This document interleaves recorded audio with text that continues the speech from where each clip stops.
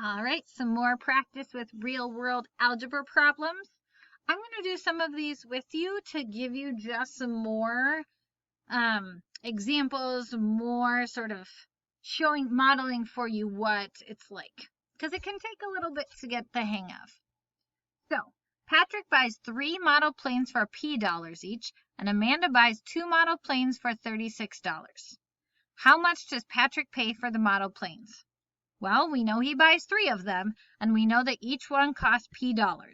So we can't actually get a number, but we can say, okay, 3 times whatever P is how much Patrick paid. Find the value of P so that Patrick and Amanda pay the same amount of money for the model planes. Well, I know Patrick paid 3P. I know Amanda paid $36.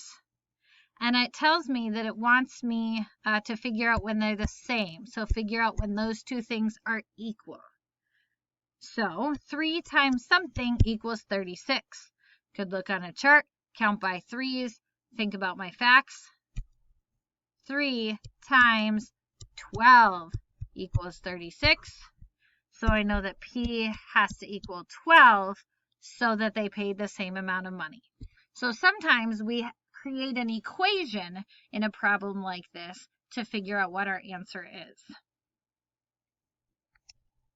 I'll do one more. Nancy has 4K plus 6 meters of ribbon. Kevin has 6K minus 2 meters of ribbon.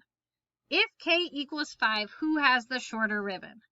Well, can just put K in each one and figure out which is smaller.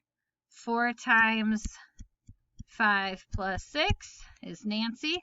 4 times 5 is 20. 20 plus 6 is 26. So Nancy has 26 meters of ribbon.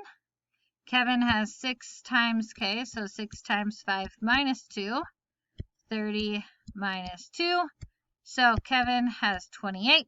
So Nancy has the shorter ribbon. For what value of K will they have the same length of ribbon? So that means I need to figure out, okay, when are 4K plus 6 and 6K minus 2 equal to each other? Okay, because that's when they're the same, right? They're the same when they are equal.